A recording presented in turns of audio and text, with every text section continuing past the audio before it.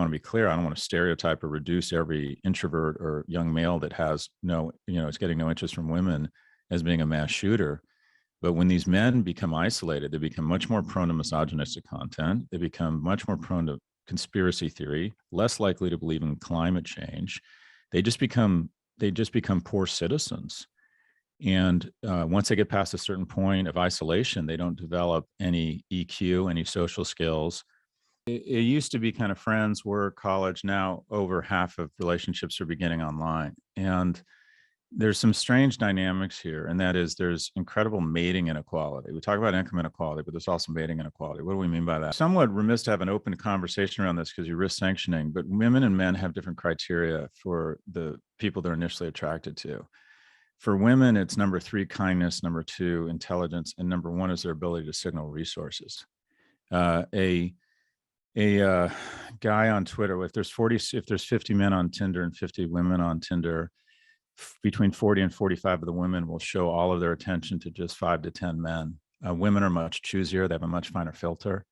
They swipe right on much fewer people. So the result is what I'll call Porsche polygamy. And that is the top 10 of attractiveness, or not top 10% of attractiveness of male get all of the attention, which doesn't encourage good behavior or long-term relationships.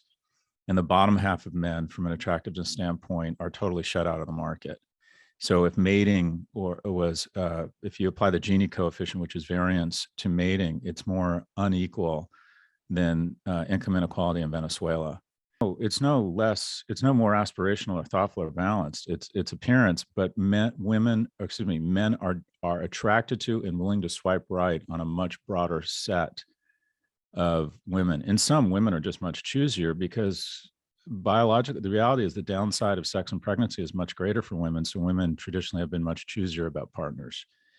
And when you bring technology in, it becomes a winner take most environment. And that's what's happening here, where you have a small number of men who garner almost all of the attention. And also in a 2-dimensional format, it doesn't give you the opportunity to experience some of the wonderful chemistry and magic and mystery of what you're attracted to. There's no smell, there's no humor, there's no body language, there's no vibe.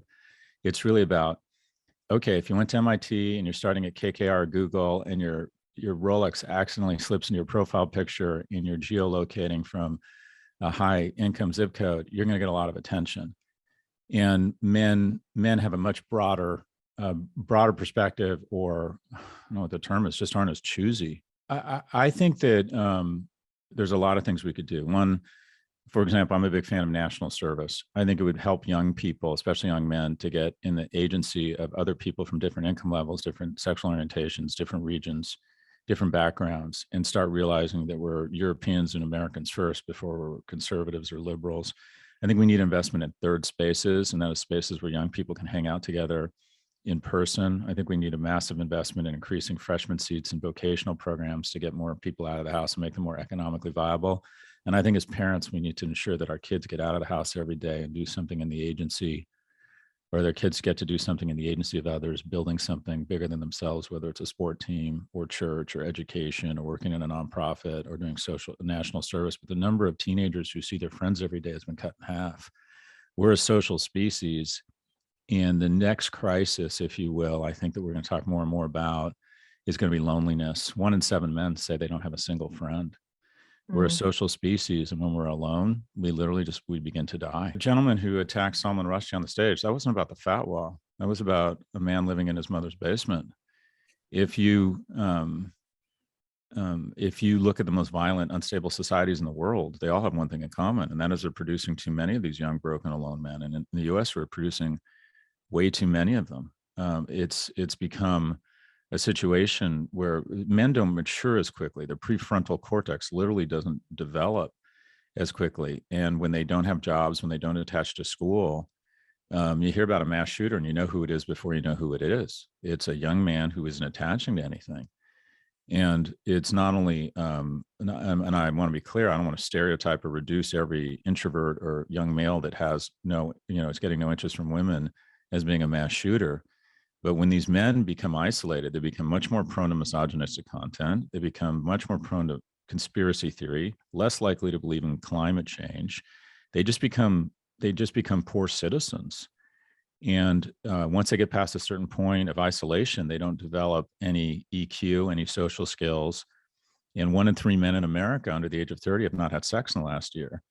And you hear the word sex and your mind fires a bunch of different places. But I just think of it as a key step to the elemental foundation of any society, and that is a relationship.